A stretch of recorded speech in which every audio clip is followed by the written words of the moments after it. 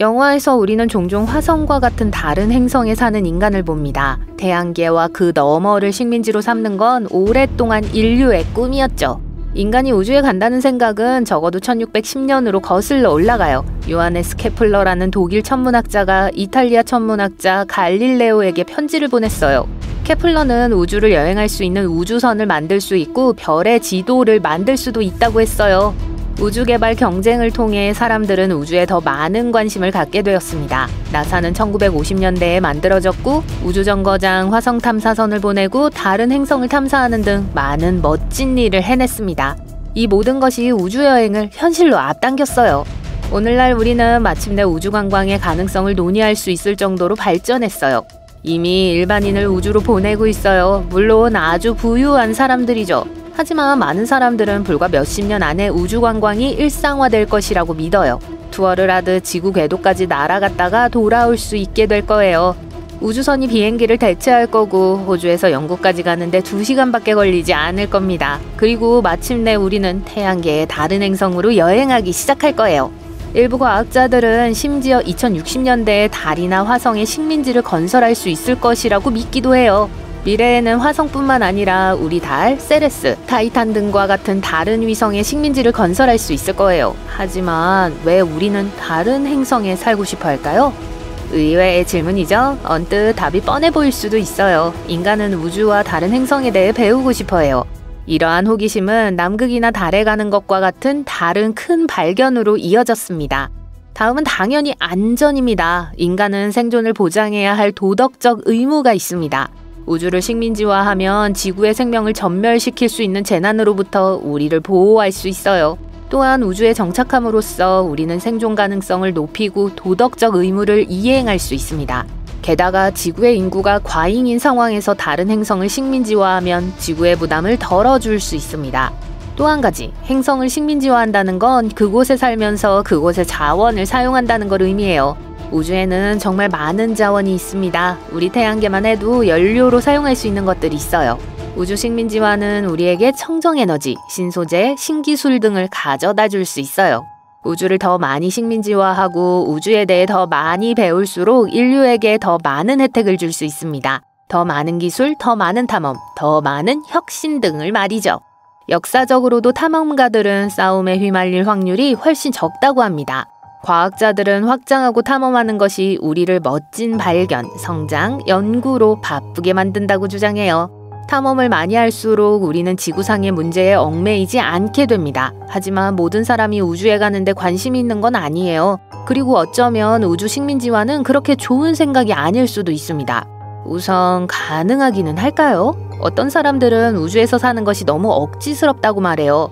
테라포밍에 대해 들어보셨을 겁니다. 테라포밍은 기본적으로 비디오 게임의 캐릭터 제작자처럼 우리가 원하는 대로 행성을 바꾸고 개선하는 걸 의미합니다. 이론적으로는 멋지게 들리죠.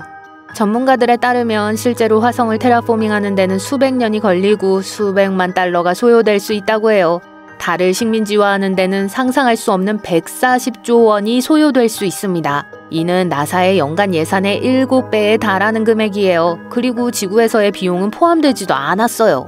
하지만 가장 크고 중요한 질문은 우주에서 사는 것이 정말 그렇게 멋질까요? 하는 것입니다. 우주는 전혀 아늑하지 않아요. 대부분의 천체는 방사선 핫스팟입니다. 모두 태양풍 때문이죠. 행성의 대기를 빼앗아갈 정도로 사나운 바람을 상상해보세요. 태양은 우리 지구를 포함하여 태양계의 모든 행성에게 진정한 위험 요소입니다. 별은 엄청나게 강력합니다. 별은 항상 하전 입자를 쏘아댑니다. 이 입자들은 시속 800만 킬로미터에 달하는 놀라운 속도로 돌진할 수 있습니다. 이러한 입자의 돌풍은 행성 전체를 볼모지로 만들 수 있어요. 더 이상 생명 유지에 필요한 공기가 없습니다. 지구의 물은 증발한 다음 얼어붙을 거예요. 기온은 매우 차갑게 떨어질 겁니다. 낮 하늘도 밤처럼 어두워질 거예요. 다행히도 지구에는 자기권이라는 놀라운 보호막이 있습니다. 이 보호막은 우주풍으로부터 우리를 보호합니다. 하지만 과학자들은 우주에서 우호적인 다른 행성을 찾는 데 도움을 주기 위해 이 바람을 연구하고 있어요. 별의 특성, 중력, 자기장을 확인함으로써 행성이 실제로 생명체를 수용할 수 있는지 확인할 수 있어요. 항상 방사선이 쏟아지지 않는 행성을 찾기는 매우 어려워요. 이런 일이 일어나지 않으려면 지구와 같이 대기가 매우 두꺼워야 해요. 안타깝게도 아직까지 이런 행성은 발견되지 않았어요. 그렇기 때문에 우주에서 생활한다는 것은 엄청난 건강상의 문제를 해결해야 한다는 뜻이에요. 온도와 방사선은 시작에 불과합니다. 근육 손실, 시력 문제 및 기타 여러 가지 문제는 어떨까요? 인간은 그런 문제에 너무 취약합니다. 열악한 환경으로 인해 로봇이 우주 탐사에 더 적합해요. 화성을 예로 들어 볼게요. 붉은 행성은 춥고 그다지 매력적이지 않아요. 사실 지구는 엄청난 문제에 직면할 수 있지만 여전히 화성보다는 나을 거예요. 화성은 물이 거의 없는 사막으로 꿈에 그리던 집과는 거리가 멉니다. 지구의 공기가 오염됐다고 상상해 봅시다. 화성은 공기가 매우 희박하고 이산화탄소가 96%나 돼요. 지구의 공기 오염은 그에 비하면 아무것도 아니에요. 또는 거대한 소행성이 지구에 충돌하더라도 다른 행성보다 지구가 더 나아요. 심지어 공룡을 멸종시킨 소행성처럼 꽤 큰 소행성이라고 해도 말이죠. 이 사건은 지구를 완전히 대혼란에 빠뜨릴 정도로 엄청난 재앙이었습니다.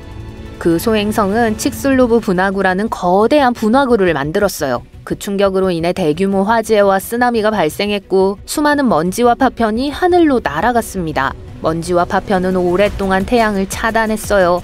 한동안 햇빛이 전혀 들지 않으면 어떤 일이 일어날지 상상할 수 있죠? 모든 것이 정말 춥고 어두워졌어요.